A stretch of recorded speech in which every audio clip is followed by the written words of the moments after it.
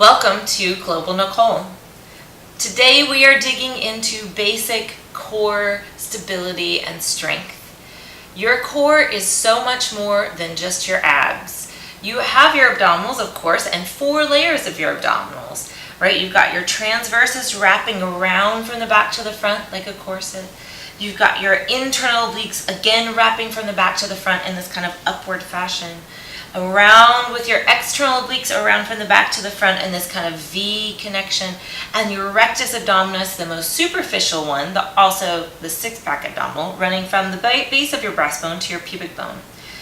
Then you've got your psoas, which is connected along the front of your spine, connecting with those discs and those vertebrae from your diaphragm to your leg. You've got your diaphragm, which is part of your breathing apparatus here, that is separating your heart and lungs from your viscera.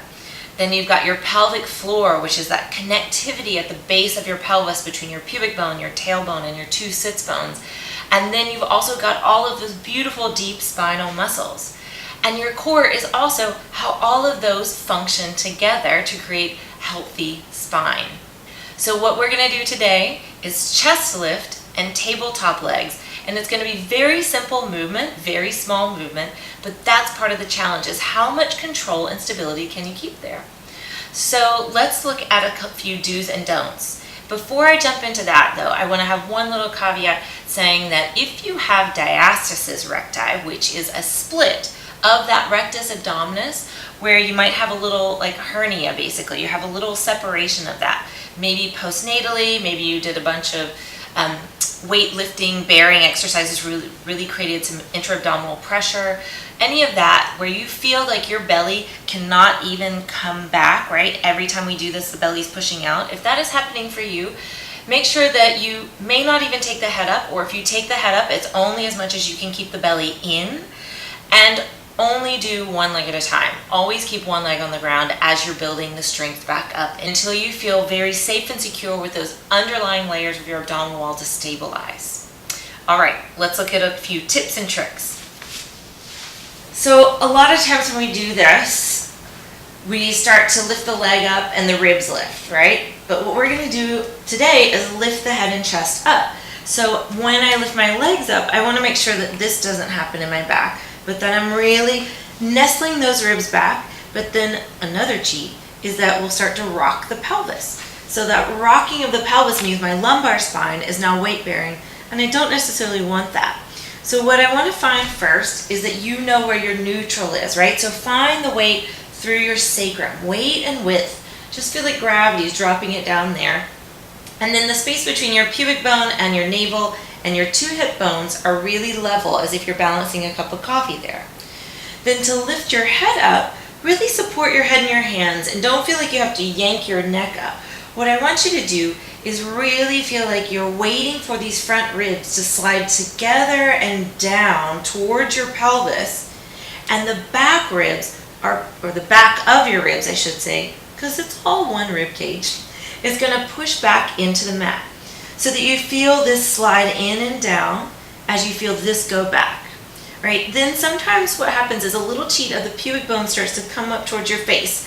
That's that rectus abdominis wanting to dominate from there rather than from this attachment. So what you're going to do is just lean the pubic bone down and really make sure that you've got this release in the crease of your hips, right? Cup of coffee balance there. Don't burn yourself. All right, let's get moving. We're going to start with just the chest lift. Interlace the hands, support the head and the hands, and bring the elbows a little into your peripheral vision so that your shoulder blades are broad and connected on your ribs. You're going to keep the tail heavy. You're going to breathe in. As you exhale, draw the belly and the waist in and hinge or drop the ribs down. So it's like you're rolling through the ribs, sliding the back ribs back and the front ribs down. And I'm just going to hold there and see if I can breathe not just into my belly, but into the back of my body, so that I'm using this expansion into the back and sides of my body to help me stay up.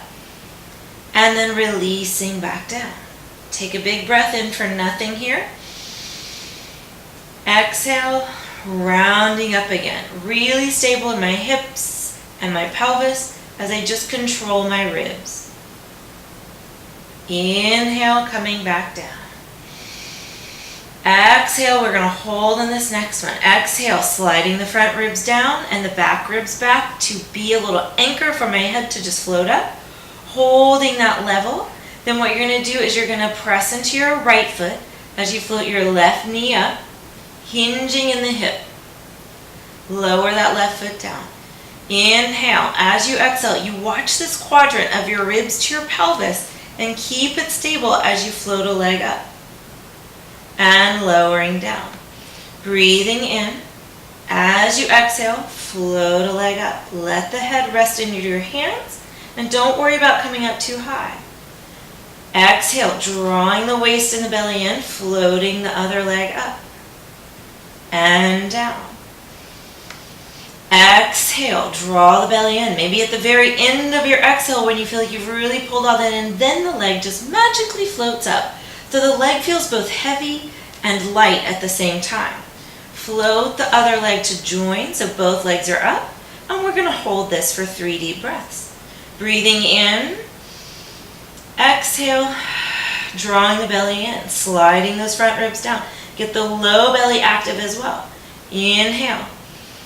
Exhale, drawing all that in. So it feels like all of this is just kind of weaving in and back, right? Remember, if your belly is poking up towards the ceiling, take a leg down. Just do one leg at a time. Breathe in. Exhale, drawing the belly in, drawing the belly in, drawing the belly in. At the very end of your exhale, lower one foot down, then the other foot down. Relax, release. Do a little knee sway. And come up to sitting. Your core has been awakened and strengthened. So I'd love to hear from you as you explore this exercise today. How much stability are you finding? Are you feeling stronger? Are you feeling longer and more stable? Right? Or are you feeling like, I can only do one leg at a time? Maybe your head stays down half the time.